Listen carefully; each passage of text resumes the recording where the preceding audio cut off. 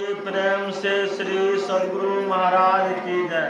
ये प्रेम से श्री सद्गुरु महाराज की जय। सब कोई प्रेम स्वर बोलेंगे। बोलिए प्रेम से श्री सद्गुरु महाराज की जय। श्री सद्गुरु महाराज की जय। मंगल मूर्ति सतगुरु मिलावै सर्वाधार। मंगल वै मंगल करण वीणावा बारंबार। धन धन सद्गुरु सुख दो महिमा कही न जाय। जो कछु कहूँ तुम्हारी कृपा मोते कछु न बसाय। इस पवित्र स्थल पर पधारे हुए सभी गुरुजनों को मेरा नमन। सम्मान्य साधु समाज, परम आदरणीय धर्म प्रेमी सैनों तथा आदरणीय माताओं एवं भक्तिमती बहनों, रात्रि कालीन सत्संग में हम लोग यत्र तत्र से एकत्र होकर सत्संग में सम्मिलित होकर संतों के वचनों को सुनकर लाभ उठा रहे हैं। संसार में बहुत से यज्ञ होते हैं और बहुत से यज्ञों में सबसे उत्तम यज्ञ सत्संग यज्ञ है। वायु यज्ञ, रुद्र यज्ञ, विष्णु यज्ञ, ब्रह्म यज्ञ, जितने प्रकार के यज्ञ संसार में हैं, सभी यज्ञों से उत्तम यज्ञ सत्संग यज्ञ है। सत्संग यज्ञ से बढ़कर संसार में कोई यज्ञ नहीं है, क्योंकि सत्संग में संतों का विचार सुनाया जाता है, संतों का ज्ञान सुनाया जाता है। जब से संसार बना, जब से यह सृष्टि हुई, सृष्टि में जब से सत्संग हो रहा है, जब से संत लोग हुए, उनके ज्ञान का प्रचार जब से हो रहा है, तब से यह सत्संग है। सतयुग में सत्संग होता था, त्रेता में सत्संग होता था, द्वापर में सत्संग होता था, अभी कलयुग में सत्संग हो रहा है। रामचरितमानस में आया है, बिनु सत्संग विवेक न होई, राम कृपा बिनु सुलभ न सोई।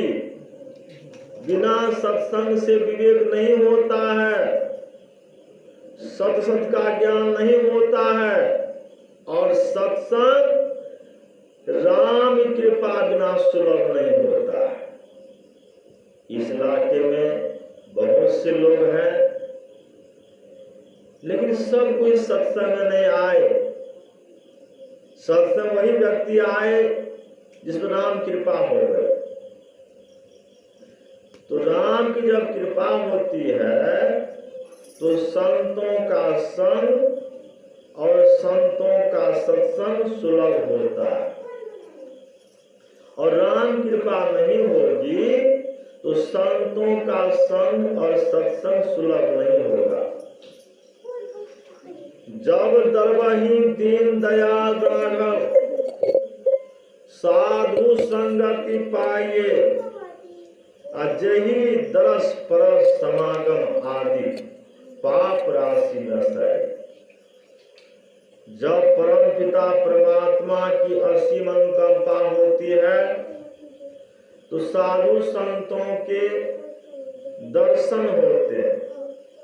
उनके दर्शन से, उनके स्पर्शन से, समागम आदि से पाप राशि का नाश हो जाता है। इसलिए कहा एक घड़ी आधो घड़ी, आधो में पुण्यार तुलसी संगत साध की हरे कोटि अपराध। कुछ भी क्षण यदि संतों का संग हो जाता है तो कोटि जन्मों का पाप धुल जाता है। तो पाप की धुलाई होती है संतों का संग करने से, सत्संग करने से। कई जन्म का पाप समाया हुआ है हम लोगों के अंदर, इसलिए हम लोगों को दुख भोगना पड़ता है। अब पाप हट जाएगा, पाप का नाश हो जाएगा तो दुखों का नाश हो जाएगा। और जब तक पाप रहेगा तब तक दुख लगा रहेगा।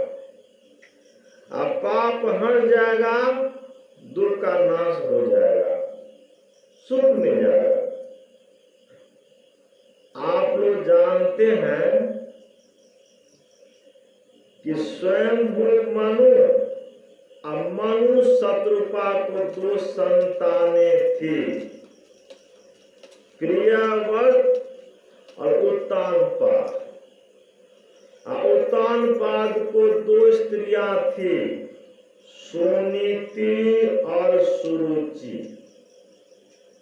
सुनीति का बेटा ध्रुव था और सुरुचि का बेटा उत्तम था। एक दिन राजा उत्तानपाद अपने महल में बैठे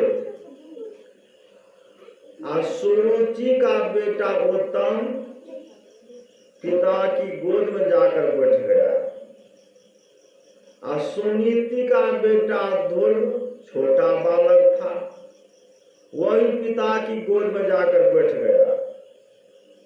उसकी सौतेली माता ध्रुव का हाथ पकड़ लेती है और पिता की गोद से उठा देती है और कहती है जाओ तपस्या करो, और तपस्या कर जब मेरे गर्भ से पैदा लेना तो पिता की गोद में बैठना। छोटा बालक था और सौतेली माता की बात लग गई। छोटा बालक अपनी माँ के पास पहुंच गया और माँ से सारी कहानी कहकर सुना दिया। ध्रुव की माता बोली बेटा जाओ तपस्या करो। ध्रुव की माता सत्संग करती थी, ध्यान करती थी, गुरु की सेवा करती थी, संतों की सेवा करती थी। तो वह बोली जाओ तपस्या करो, और तपस्या करके उस पिता की गोद में तुम बैठ जाओगे जहां बैठने पर तुम्हें कोई उतार नहीं सके। तो जाओ बेटा तपस्या करो। तपस्या करने के लिए ध्रुव निकल गया। रास्ते में मिल गए नारद बाबा। नारद बाबा हाथ में बीना लेकर आ रहे थे। नारायण नारायण नारायण करते हुए आ रहे थे। इधर से छोटा बालक ध्रुव जंगल की ओर जा रहा था। तो नारद बाबा ने ध्रुव से कहा बालक तुम कहाँ जाते हो? ध्रुव ने कहा माँ की आज्ञा से जंगल जा रहा हूँ तपस्या करने के लिए, और तपस्या करके उस पिता की गोद में बैठ जाऊंगा जहां बैठने पर कोई उतार नहीं सकेंगे, गोद से उतार नहीं सकेंगे। उस परम पिता की गोद में बैठूंगा। नारद बाबा ने ध्रुव से कहा बालक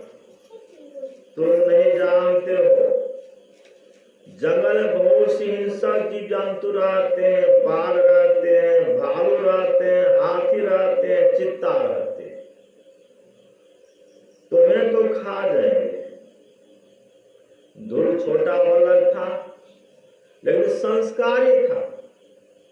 ध्रुव ने नारद बाबा से कहा, आप ब्रह्म ऋषि होकर इस तरह की बात बोलते हैं, आप मुझे डराते हैं।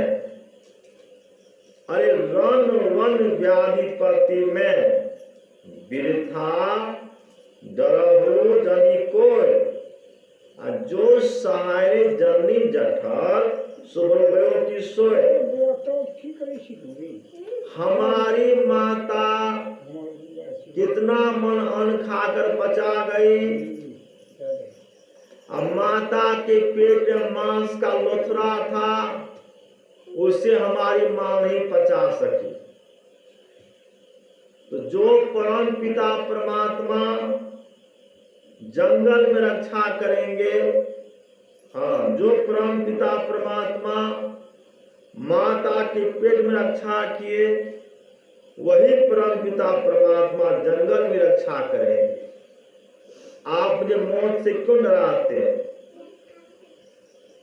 ध्रुव ने सोचा और सोच कर कहा। नारद बाबा ने ध्रुव से कहा, यह तो संस्कारी बालक लगता है। मन ही मन सोच कर कहा, तो संस्कारी बालक लगता है। एक बालक तो बात बिल्कुल ठीक कहते, लेकिन बिना युक्ति की मुक्ति नहीं मिलेगी। यहाँ युक्ति वाली बात आ गई। कहावत है, जल परमाने माछरी, कुल परमाने बुद्धि। जिसको जैसा गुरु मिले उसकी वैसी शुद्धि। आपको अंग्रेजी पढ़ाने वाले गुरु मिल जाए तो आप अंग्रेजी के विद्वान हो जाएंगे। आपको फारसी पढ़ाने वाले गुरु मिल जाए तो आप फारसी के विद्वान हो जाएंगे। आपको हिंदी पढ़ाने वाले गुरु मिल जाए तो आप हिंदी के विद्वान हो जाएंगे। यदि आपको संत सद्गुरु मिल जाए, ईश्वर पथ के रास्ते को बताने वाले गुरु मिल जाए, तो ईश्वर पथ के पथिक बनकर आप ईश्वर को प्राप्त कर लेंगे। तो नारद बाबा जैसे गुरु मिल गए ध्रुव को। ध्रुव से नारद बाबा ने कहा, तुम बात बिल्कुल ठीक कहते हो, लेकिन बिना युक्ति की मुक्ति नहीं मिलेगी। तो युक्ति जान लो। युक्ति जानकर जाओगे भक्ति करने के लिए, तो तुम उस पिता की गोद में बैठ जाओगे जहां बैठने पर कोई उतार नहीं सके। तो ध्रुव ने नारद बाबा से कहा, आप युक्ति बतला दीजिए, गुरु दीक्षा दे दीजिए। नारद बाबा ध्रुव को गुरु दीक्षा दे दिया और ध्रुव जंगल चला गया, आसन लाकर बैठ गया, तपस्या में लीन हो गया। तपस्या करते करते वह परमात्मा को प्राप्त कर लिया, परमात्मा की गोद में जाकर बैठ गया। तो जो परमात्मा की गोद में बैठ जाता है उसको ऐसा सुख मिलता है कि जैसा सुख कभी नहीं मिला था। वह आवागमन के दुख से, जन्म मरण के दुख से छूट जाता है। बारंबार जन्मना और बारंबार मरना, यही सबसे बड़ा दुख है। दुनिया में तो बहुत तरह का दुख होता है, लेकिन यह जो दुख है जन्मने और मरने का दुख, यह सबसे बड़ा दुख है। इसके बराबर में कोई दुख नहीं है। अभी आपका शरीर कितना प्यारा है, सुंदर सुंदर वस्त्र पहनते हैं, और सुगंधित तेल लगाते हैं, सुंदर सुंदर भोजन करते हैं, मेवा मिष्टान दूध दही घी खाते हैं, अनेक तरह का फल फूल खाते हैं, हलवा पूरी रसगुल्ला लालमोहन टिकरी अनेक तरह का भोजन करते हैं। अभी शरीर कितना प्यारा है, आज जिस दिन यह शरीर छूटने लगेगा, परिवार छूटने लग जाएगा और शरीर छूटने लग जाएगा, उस समय कितना दुख होगा सोच सकते हैं। मन में होगा आज मैं परिवार को छोड़कर जा रहा हूं, बाल बच्चे को छोड़कर जा रहा हूं, कितना दुख होगा।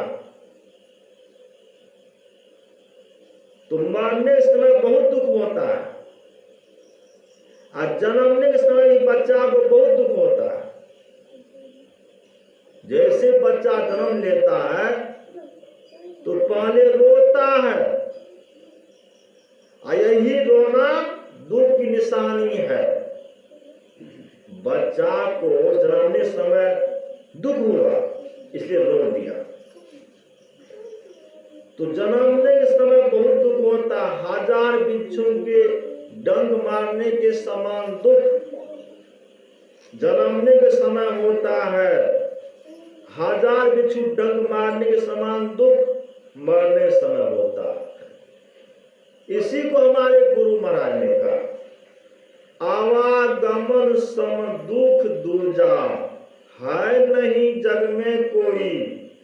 इसके निवारण के लिए प्रभु भक्ति करनी चाहिए। इससे छूटने के लिए प्रभु की भक्ति, परमात्मा की भक्ति, ईश्वर की भक्ति करनी चाहिए।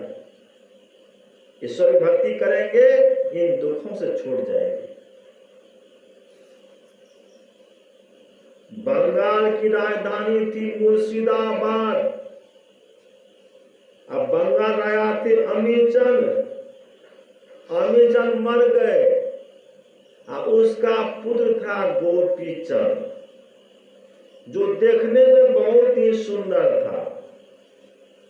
एक दिन गोपीचंद की माता मैनावती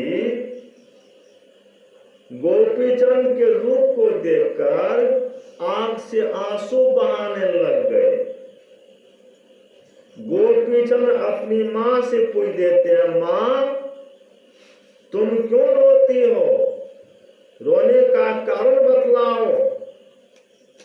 माता बोली, बेटा तुम देखने में बहुत ही सुंदर हो, और तुमसे भी सुंदर तुम्हारे पिताजी थे। ये शरीर छोड़कर चले गए, संसार छोड़कर चले गए, और तुम भी चले जाओगे। तुम्हारा यह शरीर नहीं रहेगा, यह रूप नहीं रहेगा, राजपाट धन दौलत सबको छोड़कर चले जाओगे।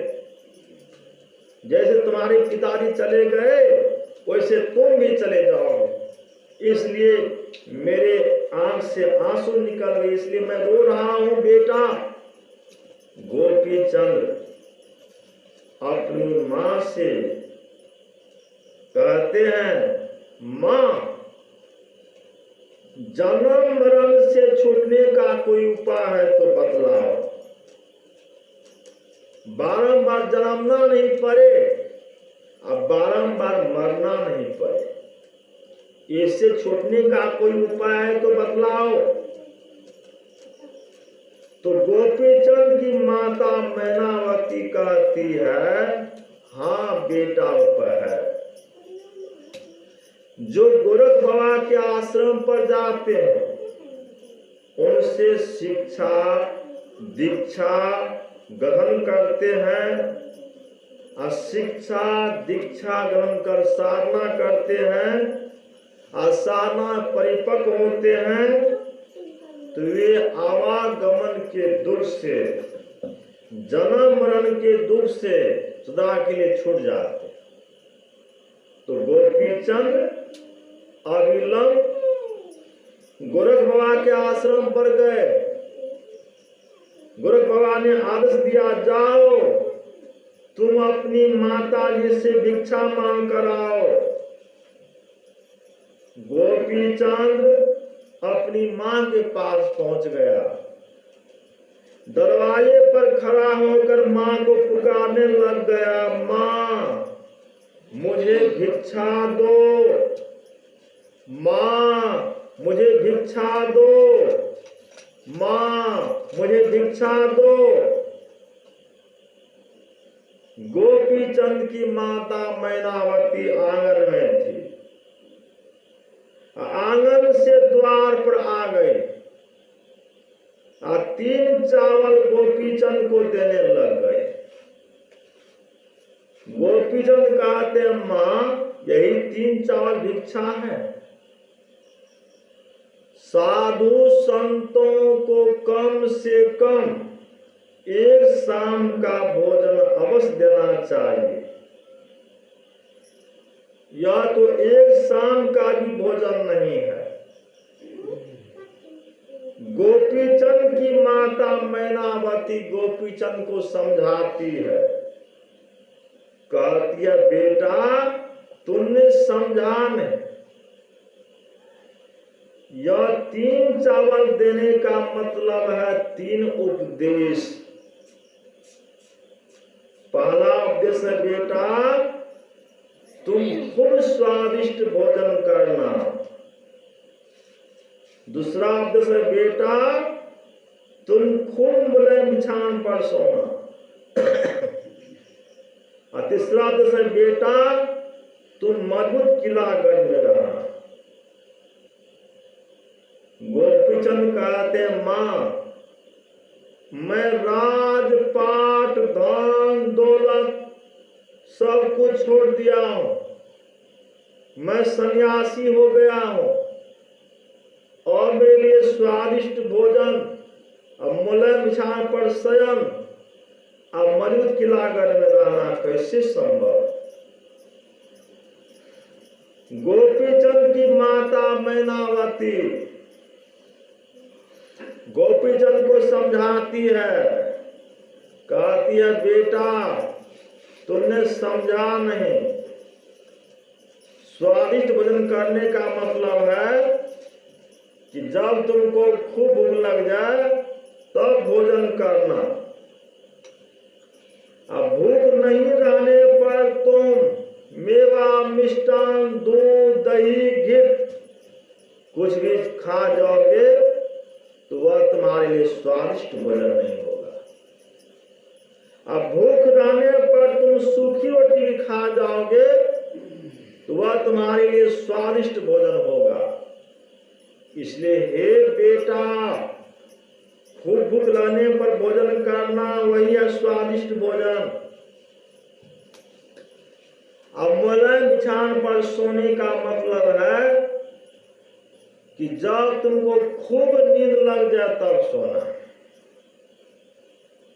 नींद नहीं आने पर पलंग पर सो जाओगे, गद्देदार बिछोने पर सो जाओगे, वह तुम्हारे लिए मुलायम बिछावन नहीं होगी। मखमल पर सो जाओगे, वह तुम्हारे लिए मुलायम बिछावन नहीं होगी।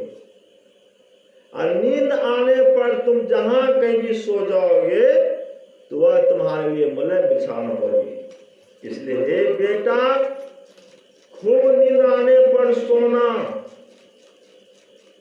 अब मजबूत किलागढ़ सत्संग है। बेटा जहां कहीं भी रहना तो सत्संग में रहना। सत्संग से बढ़कर संसार में कोई किलागढ़ नहीं है।